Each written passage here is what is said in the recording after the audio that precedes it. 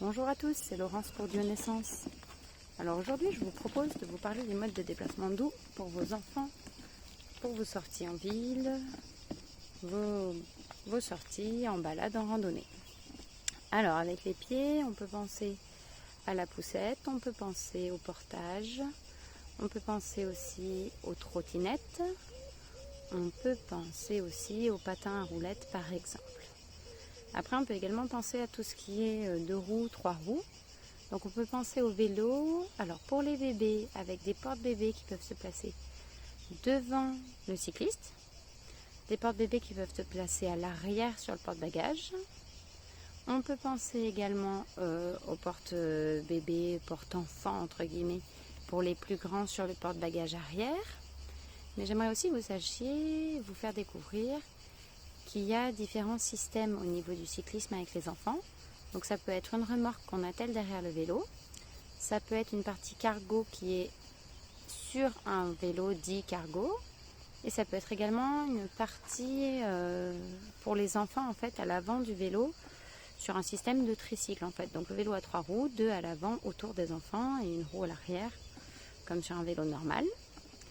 Vous pouvez aussi avoir le système qui existe avec une barre qui se met derrière votre propre vélo pour que l'enfant puisse pédaler, avoir un début d'équilibre comme sur un vélo, mais être pas très loin de vous. Donc avec le côté sécuritaire, il n'est pas seul sur la route.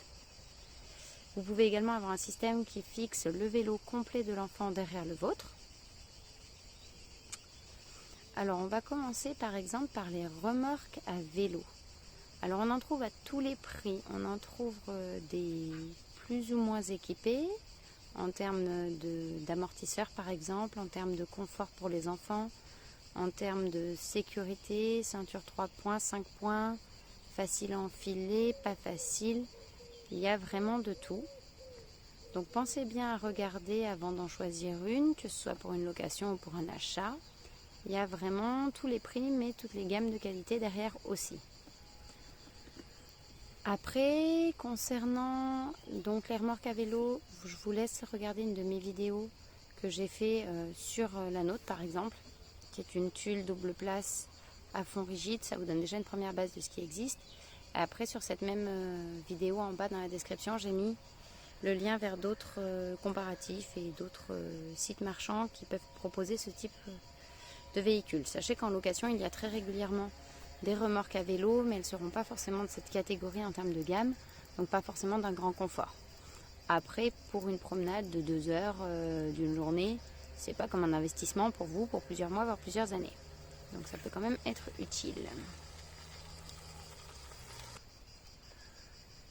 Après, pour les porte-bébés qui se placent sur le vélo, alors moi j'ai été surprise parce qu'on a beau se baser sur l'âge du bébé qui dit qu'à 6 mois il tient assis, donc il tient sur un porte-bébé.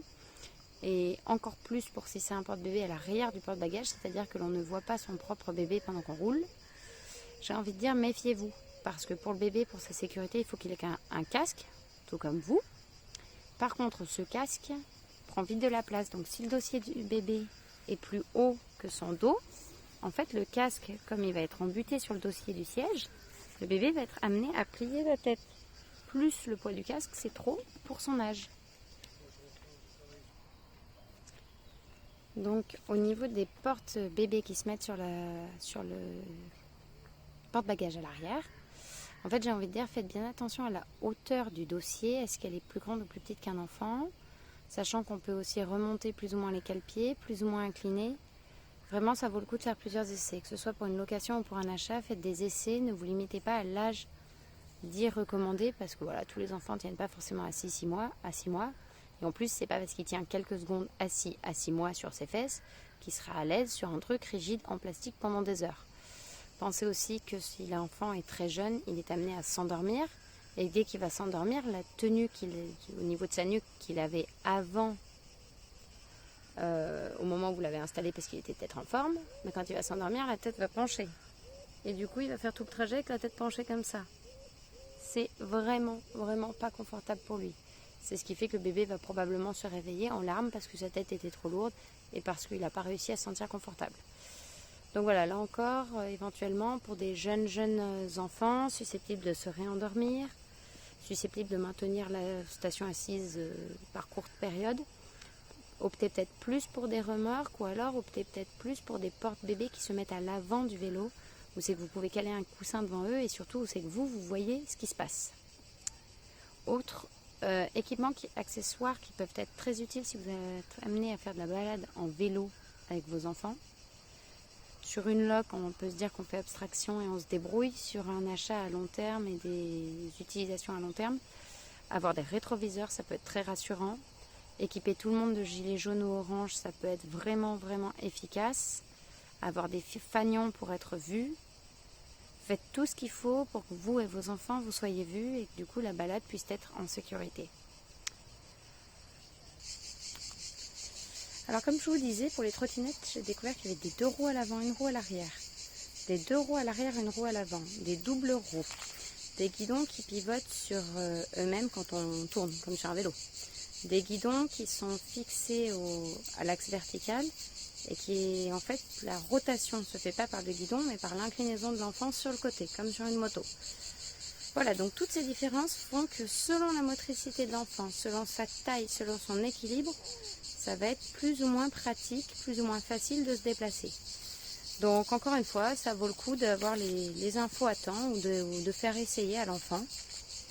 Parce que les recommandations des vendeurs, elles vont cibler l'âge, d'accord, mais elles ne vont pas forcément tenir compte du fait que 2 roues, une roue, deux roues, ça change.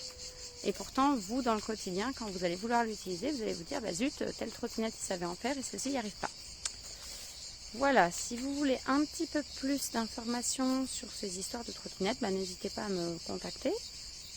Et on pourra en rediscuter ensemble pour analyser les produits qui existent sur le marché au moment où vous me poserez la question et en fonction des besoins de votre enfant et de l'usage que vous visez.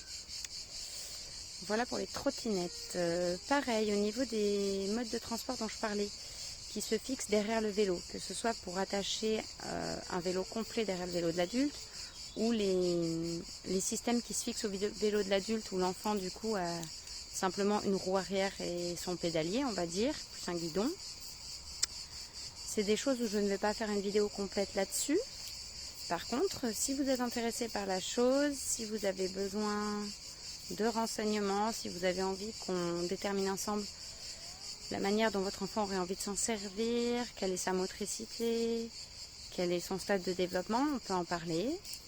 De mon côté, je me renseignerai au moment où c'est que vous m'en parlerez sur l'offre du marché qui existera à ce moment-là. Voilà. Je vais vous proposer de regarder mes autres vidéos concernant le matériel si ça vous intéresse. J'ai d'autres vidéos qui concernent les enfants, la bienveillance, les activités, les grands, les bébés. N'hésitez pas à vous abonner à ma chaîne Duo Naissance sur YouTube, à me retrouver sur ma page Duo Naissance sur Facebook et à avoir toutes les infos complètes sur duonaissance.fr. Merci et à bientôt.